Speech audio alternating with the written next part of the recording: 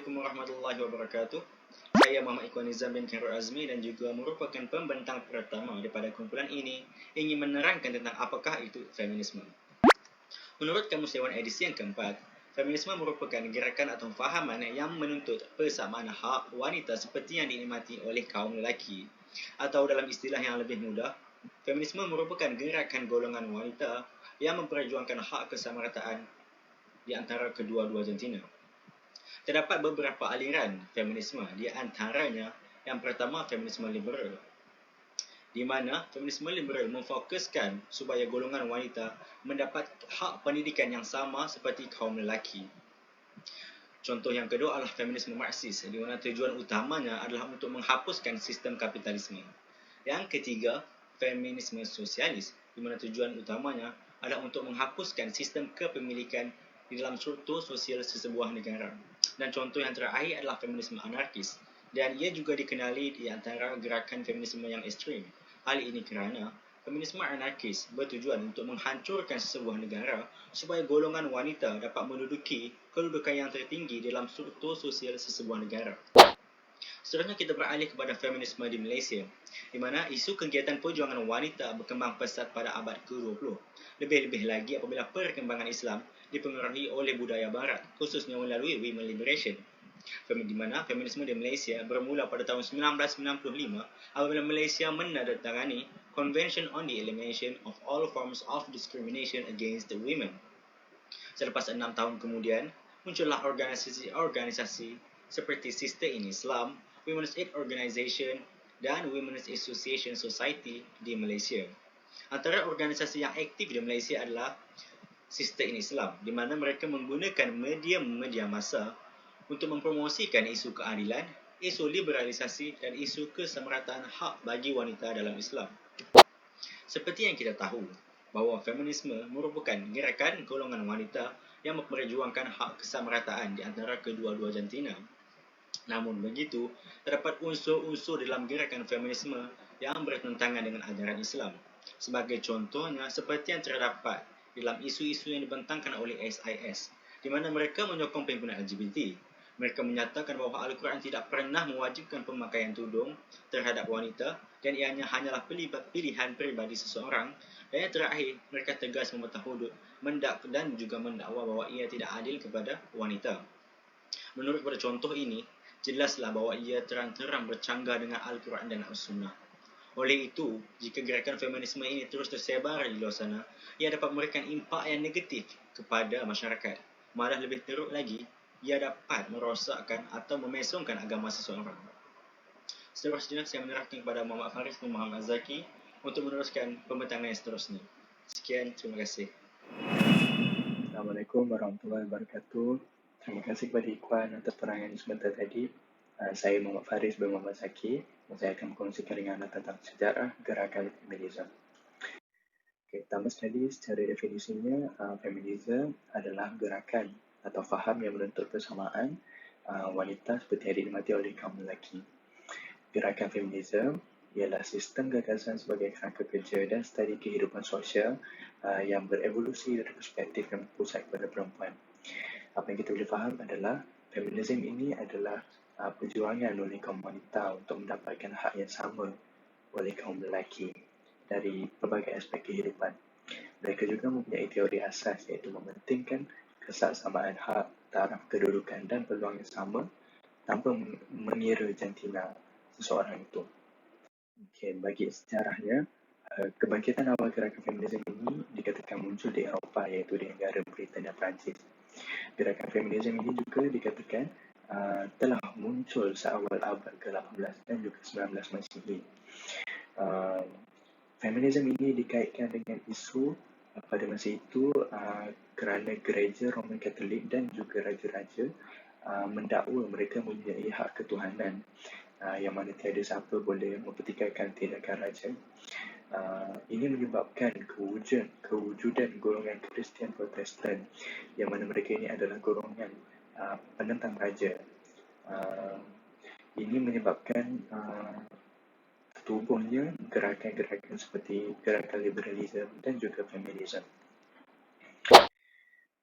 Pada Revolusi Perancis tahun 1789, suara-suara wanita yang membawa misi pembebasan wanita ini mula didengari buat pertama kalinya. Tetapi pada awalnya, isu yang diperjuangkan ketika itu hanyalah berkaitan wanita dan keluarga. Namun menjelang abad ke-19, feminisme mula membawa beberapa tuntutan yang memberi impak besar kepada sosial dan juga memberi kesedaran kepada para wanita, antaranya berkaitan autoriti agama, hak kesamarataan sejagat, hukum logik dan kontrak sosial.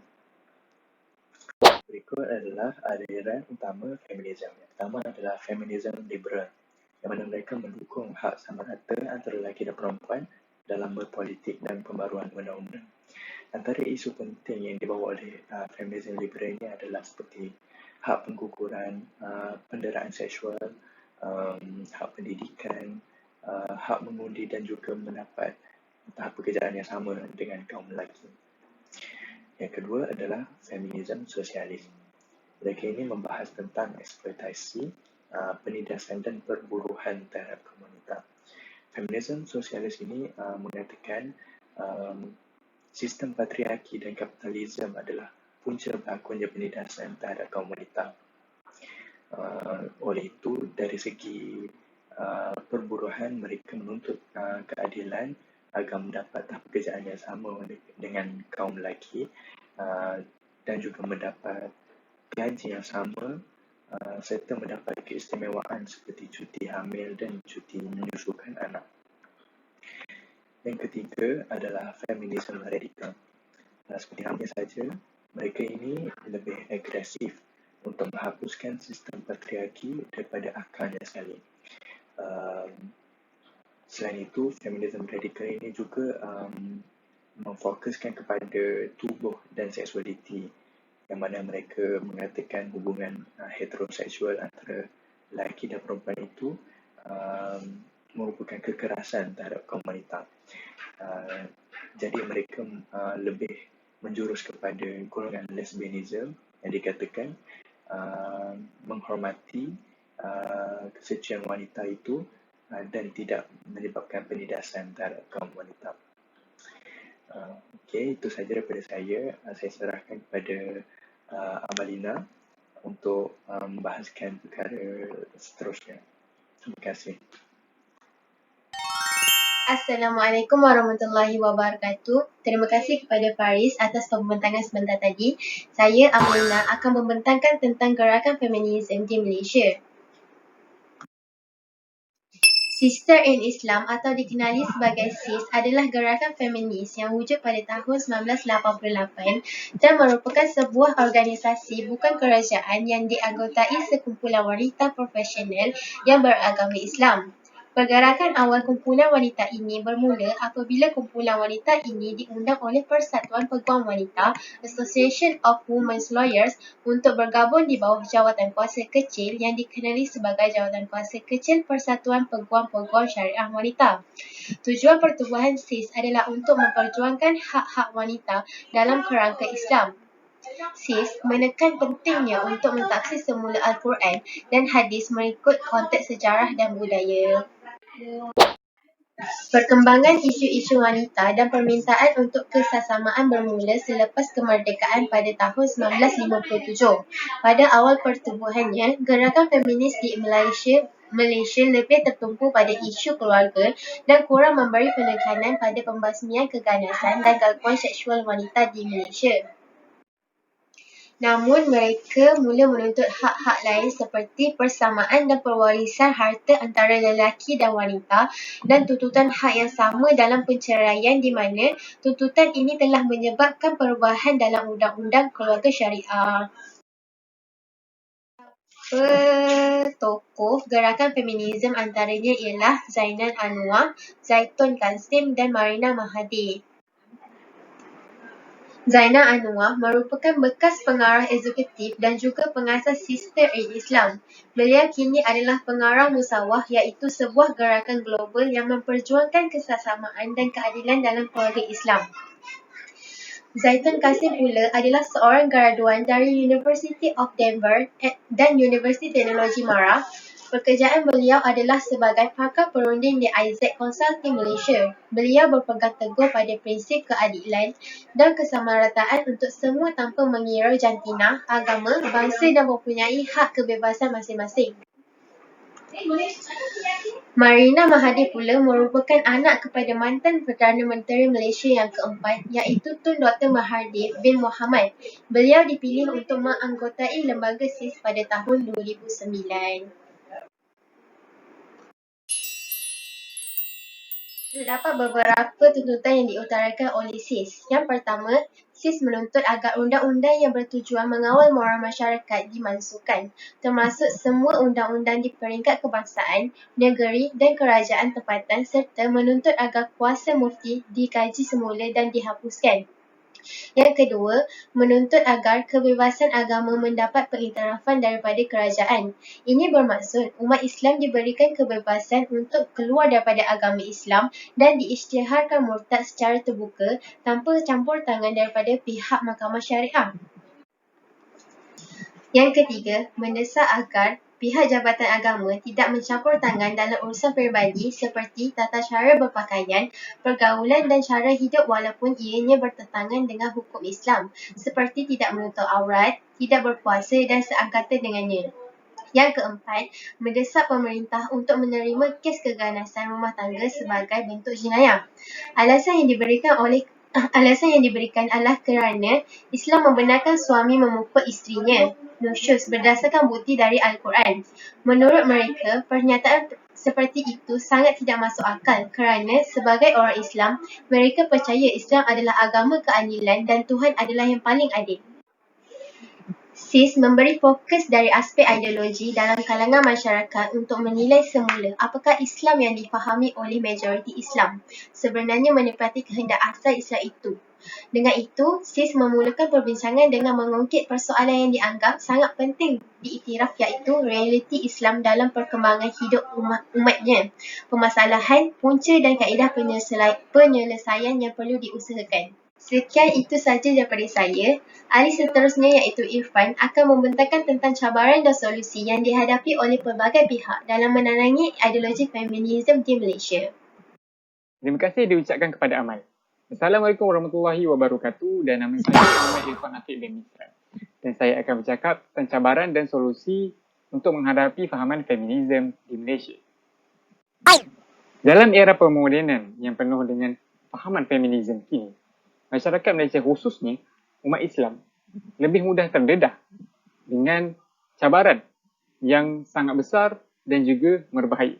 Dan cabaran ini jika tidak ditangani dengan segera akan memberikan impak negatif kepada masyarakat di Malaysia, khususnya kepada umat Islam.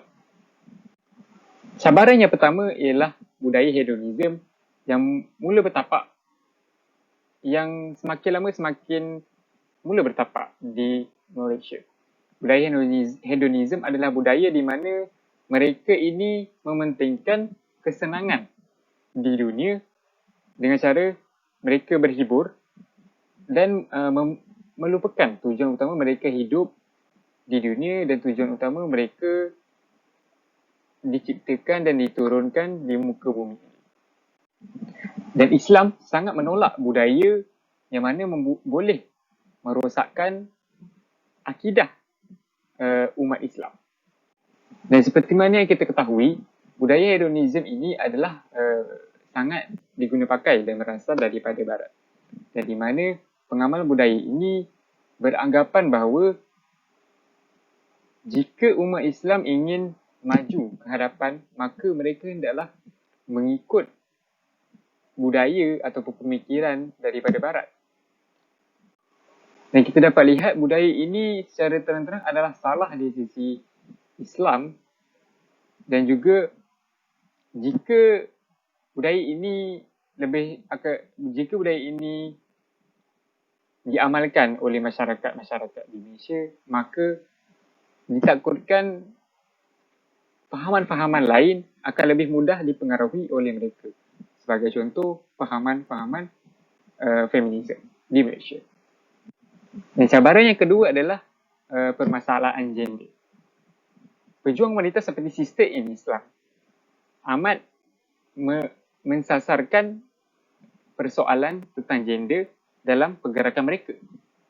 Dan sebagai contoh, mereka telah mengadakan satu program yang diberi nama Musawah, di mana peserta-peserta yang datang daripada luar negara serta dalam negara akan keluar dengan pemikiran di mana Islam adalah agama yang menindas, agama yang tidak memberikan kebebasan serta agama yang melarang wanita daripada melakukan aktiviti-aktiviti kemasyarakatan. Kita akan beralih kepada solusi ataupun cara yang dilakukan untuk menangani hama feminisme daripada tersebar luas di Malaysia. Dan solusi yang pertama adalah dengan tertubuhnya badan bukan kerajaan ataupun NGO yang diberi nama Wanita Ikatan Muslim ataupun ISMA. Tujuan utama penubuhan ISMA ini adalah tidak lain dan tidak bukan ingin menolak segala usaha yang dilakukan untuk menolak ahli sunnah wal jamaah, dan juga ingin membangunkan jati diri dan memberikan kesedaran kepada wanita agar pemikiran mereka ini tidak terjerumus ataupun akan lebih berlandaskan kepada Al-Quran dan juga As-Sunnah. Antara usaha-usaha yang mereka telah lakukan adalah dengan mengadakan program seperti Wanita Usrah, Wanita Fiqh dan juga Wanita Islam Convocation, yang mana tidak lain dan bukan tujuan utama program itu adalah ingin memberikan kesedaran kepada wanita-wanita agar tidak mudah terpengaruh dengan ajaran feminisme atau pemahaman feminisme di Malaysia. Solusi kedua pula adalah ia akan menjadi suatu sumbangan yang besar apabila para ulama ataupun pemimpin-pemimpin Islam dapat bekerjasama dalam usaha untuk menanamkan Islam dengan lebih ataupun dalam usaha untuk menyampaikan Islam dengan lebih mendalam kepada masyarakat di Malaysia. Antara usaha yang mereka boleh lakukan adalah dengan mengadakan program yang mana menggiatkan lagi pembacaan Al-Quran dan juga menerbitkan bahan-bahan Islami dan juga menyebarkan kepada masyarakat secara percuma. Solusi yang ketiga pula adalah dengan mendapat pendidikan awal di sekolah rendah, di sekolah menengah maupun di universiti. Hal ini kerana menurut kajian, pengajian IPT adalah merupakan peranan utama dalam mengatur program di mana mengatur program yang berunsurkan isu-isu semasa di dalam maupun di luar negara. Jadi dengan adanya program ini, sama ada penglibatan kita sebagai peserta, pembentang maupun urus setia, sesiapa sahaja yang mendengar program ini ataupun sesiapa sahaja yang hadir ini akan mendapat output mengenai isu-isu semasa yang terjadi di Malaysia. Contohnya mungkin gerakan-gerakan feminisme yang ada di Malaysia, agar ianya dapat dibendung dan juga dielakkan dengan lebih segera kepada pelajar-pelajar khususnya. Kesimpulan, jelaslah bahawa gerakan feminisme ini adalah merupakan suatu usaha untuk merosakkan jati diri masyarakat Malaysia, terutamanya kaum wanita. Dan juga gerakan ini juga adalah salah dan juga melanggar syariat Islam. Sebagai contoh, gerakan Sistem Islam di Malaysia adalah merupakan salah satu gerakan yang mana tidak patut diikuti oleh masyarakat di Malaysia, kerana ianya adalah salah di sisi agama dan juga di sisi undang-undang. Dan menurut kajian yang kami lakukan, pengetahuan tentang feminisme ini adalah sangat-sangat rendah. Jadi adalah amat digalakkan kepada masyarakat di Malaysia agar lebih mengetahui tentang feminisme ini agar tidak mudah terjerumus dengan fahaman-fahaman feminisme ini. Sekian daripada saya. Terima kasih.